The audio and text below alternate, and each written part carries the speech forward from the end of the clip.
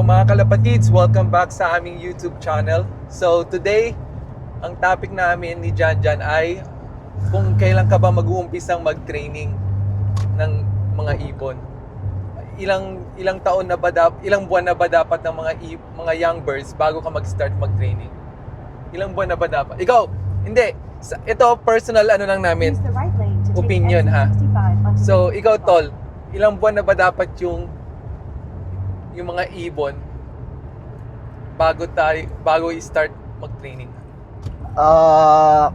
Maganda siguro mga 3 months tapos nagra-routing na yung mga ibon, nag-grouping na sila, tapos lumilipad na rin sila ng 1 oras mahigit. Pwede ka na rin magsimula siguro mag-training ng at least 1 mile. 1 mile. Magsimula ka muna sa 1 mile. Okay. Ano ba yung mga sign na ready na sila mag 1 mile? Pagka lumilipad na sila ng matagal, nag-routing na silang paikot-ikot, alam na nila yung lugar nila, magaling na rin silang pumasok sa trapdoor, di na sila nag-aalangan. Ang kailangan talaga discipline sa ibon, discipline. Okay. Tapos kailangan ba busog yung ibon sa first training? First 1 mile? Or kailangan medyo gutom? Oh my God. Para sa akin, nakadepende naman siguro sa pag-aalaga mo sa ibon nyo. Kasi ako, kahit magbusog ang ibon ko, magpakain ako, pinapakawalan ko. Hindi mawawala yung may mga pasaway na matagal pumasok dahil busog. Pero kailangan nga talaga, kaya sinabi ko, discipline sa ibon. Ang ibon dapat ang sumusunod sa iyo, hindi ikaw ang sumusunod sa ibon. Oh. Anong ginagawa mo sa mga ibong pasaway, tol? Binubugaw ko, pinapalipad ko ulit hanggang sa mapagod sila. Hanggang sa wala na silang choice but pumasok sa loob. Para po, pumasok na lang sa loob ng loob. Ano ba?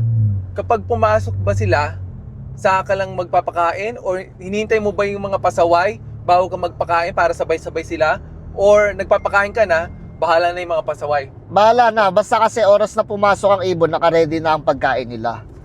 Basta bumaba sila kasi pag nagda-routing naman yan at naka-grouping na yan, pagka may bumaba naman dyan, sunod-sunod naman ng bumababa yan eh. So, pag hindi nakakain yung huling pumasok, bahala siya. Bahala na siya, kinabukasan na ulit siya ng umaga kakain. Hindi ka ba nag-worry na baka, ano mo yun, bumagsak yung katawan dahil nagutuman, tapos napagod, alam mo yun, naglonda? Kasalanan niya na yun. Kaya nga sabi ko nga, discipline ang kailangan sumunod yung ibon sa'yo.